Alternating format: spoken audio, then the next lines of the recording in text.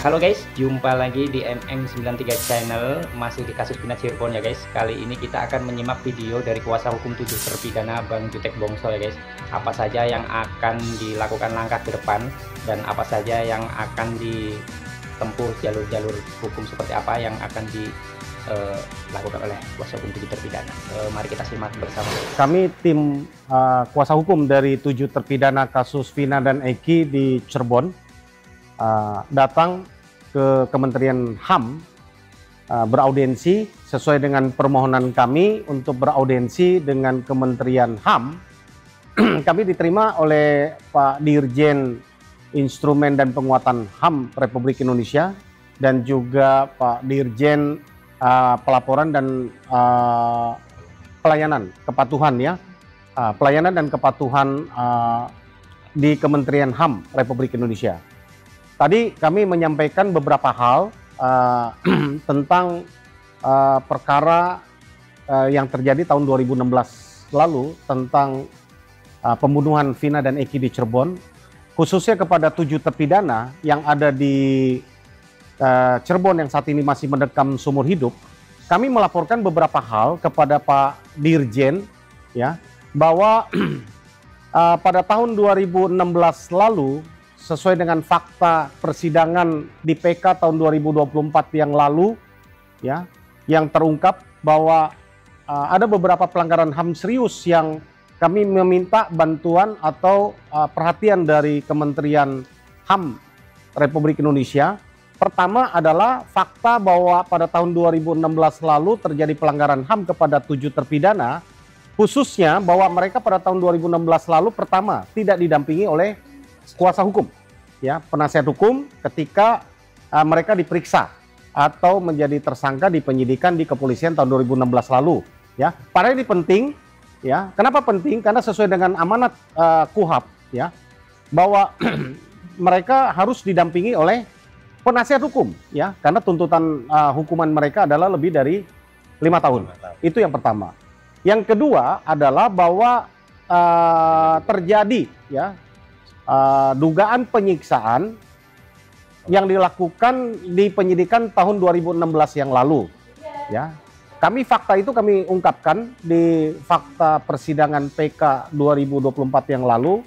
Ada foto yang babak belur terhadap 7 terpidana, 8 orang sebenarnya, 1 saka tatal itu sudah bebas ya, dan 7 ini masih seumur hidup ya. Fakta-fakta itu ya kan, terkait dengan yang kami laporkan tadi, bahwa kami sudah membuat LP, kami sampaikan kepada Pak Dirjen tadi, kami sudah membuat laporan polisi di Barreskrim. Yang pertama, laporan tentang dugaan penganiayaan dan penyiksaan yang dilakukan oleh oknum kepolisian ya pada tahun 2016 lalu. Sebagian sudah diambil tindakan secara kode etik ya. Menurut kami ada aktor lain, ada pelaku lain yang tidak diproses tahun 2016 lalu, dan kami sudah laporkan di Barreskrim Mabes Polri. Kami mohon untuk dikawal oleh Pak di dalam Kementerian HAM Republik Indonesia. Itu yang pertama. Jadi ada aktor lain memang yang sampai saat ini belum disentuh ya guys. Siapa dia ya, kita semua tentunya sudah tahu karena laporan ini berawal dari siapa, dan DPO itu juga siapa yang mencetuskan, termasuk 7 terpidana yang menangkap juga itu siapa. Laporan itu sudah lama sekali dilayangkan oleh kuasa hukum 7 terpidana Bang Jutek Bongso, tetapi sampai sekarang laporan itu belum juga diproses. Entah ada kekuatan apa di balik sang aktor itu ya guys. Baik guys, kita langsung saja simak kembali keterangan Bang Jutek Bongso. Kedua adalah laporan kami terhadap Dede dan Aib, di mana di dalam laporan kami bahwa kami melaporkan Aib dan Dede memberikan keterangan palsu ya, sehingga yang membuat 8 orang dan diantaranya 7 terpidana yang masih seumur hidup sekarang mendekam di penjara itu harus menjalani hukuman seumur hidup oleh karena dituduh melakukan pembunuhan ya. Padahal fakta itu tidak benar dan belakangan diakui oleh salah seorang yang kami laporkan, yaitu Dede.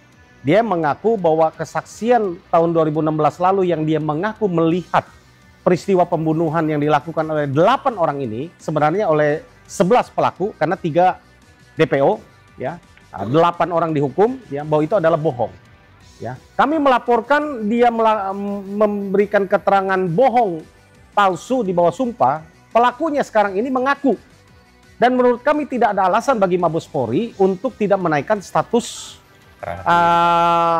laporan kami terhadap Dede ini, oleh karena pelakunya sudah mengaku atas apa yang kami laporkan. Ini adalah fakta dan kami memohon tadi Kementerian HAM ya untuk mengawal kasus ini ya, karena ada banyak hal ya yang harus dikawal dalam kasus ini tentang pelanggaran-pelanggaran HAM yang terjadi tahun 2016 lalu hingga saat ini, karena mereka sudah mendekam dalam penjara selama kurang lebih 9 tahun. Ya, bayangkan hak mereka sebagai manusia, warga negara itu sudah hilang. Yang menurut kami dari fakta yang kami hadirkan bahwa bukan mereka pelaku dari pembunuhan itu. Jadi Dede sudah mengakui di persidangan PK kemarin 2024 kalau kesaksiannya Dede itu palsu ya guys, waktu kesaksian di 2016.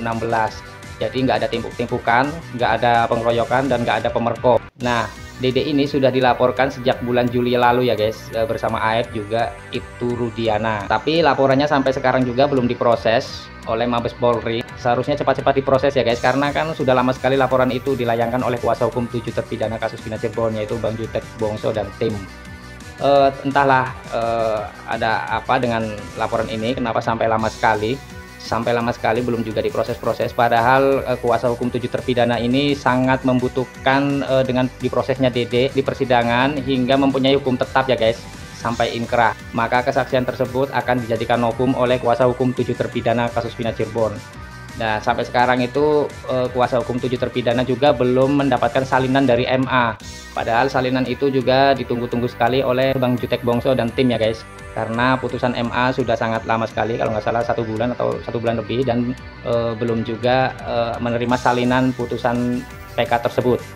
Oke guys, kita langsung saja lanjut lagi ya guys. Itu sementara yang kami laporkan supaya Kementerian HAM Republik Indonesia dapat mengawal kasus-kasus ini gitu ya. Nah, mungkin Bang Ruli ada yang mau disampaikan? Cukup ya. Saya pikir kami dengan tim ya, teman-teman di sini kami hadir, kami akan berjuang, kami dalam waktu dekat kami akan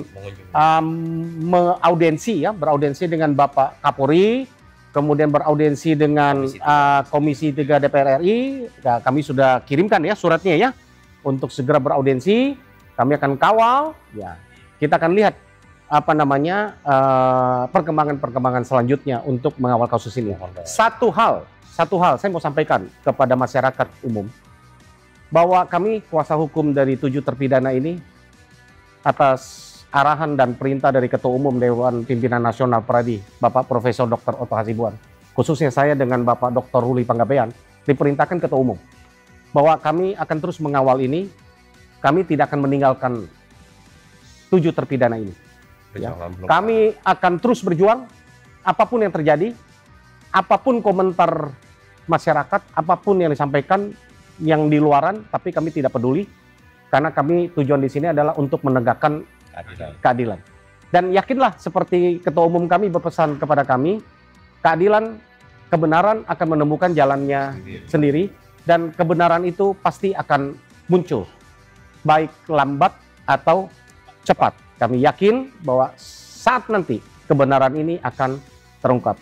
Mari kita berjuang bersama, doakan kami, dan kami terus akan berjuang. Terima kasih. Ya, tunggu putusan lah ya. Tunggu, kami masih salinan putusan kan belum kami dapat ya sampai hari ini. Kami sudah minta nih berkali-kali. Kami sudah bersurat ke Mahkamah Agung, kami sudah datang ke Pengadilan Negeri Cirebon, kami sudah kirim tim langsung ke Mahkamah Agung ya untuk meminta salinan sampai hari ini. Ya, sudah sebulan lebih nih kami belum dapat. Ya, saya nggak tahu prosedurnya karena memang kalau PK kan putusan itu dikirim ke pengadilan asal. Ya, dari pengadilan asal kami sudah minta katanya akan dikirim ke alamat pemohon. Kami tunggu sampai hari ini enggak. Kami minta nggak boleh. Karena itu prosedur mereka katanya itu harus dikirim. Kalau enggak diambil dari website. Tapi website ya sampai hari ini saya nggak tahu ya, sampai hari ini kami belum bisa berhasil untuk mendownload ya dan melihat hasil di website itu. Gitu. Itu yang kami juga pertanyakan, tapi secara implisit kami sudah tahu sebenarnya pertimbangan-pertimbangan di dalam putusan itu, makanya kami akan lakukan banyak pertimbangan ya. Terkait PK dan yang lain, langkah hukum lain, kami pastikan bahwa kami tidak diam, kami akan lakukan langkah hukum yang diizinkan dalam sesuai dengan koridor hukum ya di Indonesia. Ya, makasih ya. Ya, seperti yang disampaikan oleh kuasa hukum 7 terpidana, Bang Jutek Bongso. Bang Jutek Bongso sudah audensi ke Kementerian HAM dan selanjutnya akan audensi ke DPR RI, ke Komisi 3 ya guys. Jadi seperti yang disampaikan tadi, sampai saat ini salinan putusan PK itu belum juga sampai ke kuasa hukum 7 terpidana. Jadi sudah berusaha kemana-mana Bang Jutek Bongso dan tim ini untuk meminta salinan tersebut, tapi alasannya dengan prosedur dari MA-nya sendiri. Ya aneh saja sih guys ya, sudah 1 bulan lebih tapi belum juga muncul atau belum juga sampai salinan putusan itu. Padahal itu juga nanti akan menjadi referensi untuk kuasa hukumnya ya guys. Apa saja yang kemarin kenapa ditolak, kenapa nggak dijadikan hukum kemarin, seperti ada dari hasil ekstraksi Bang Rismon ya guys. Dari Bang Rismon juga hasil dari saksi-saksi yang sudah mengetahui atau yang telah mengetahui bahwa itu terjadi bukan pembunuhan.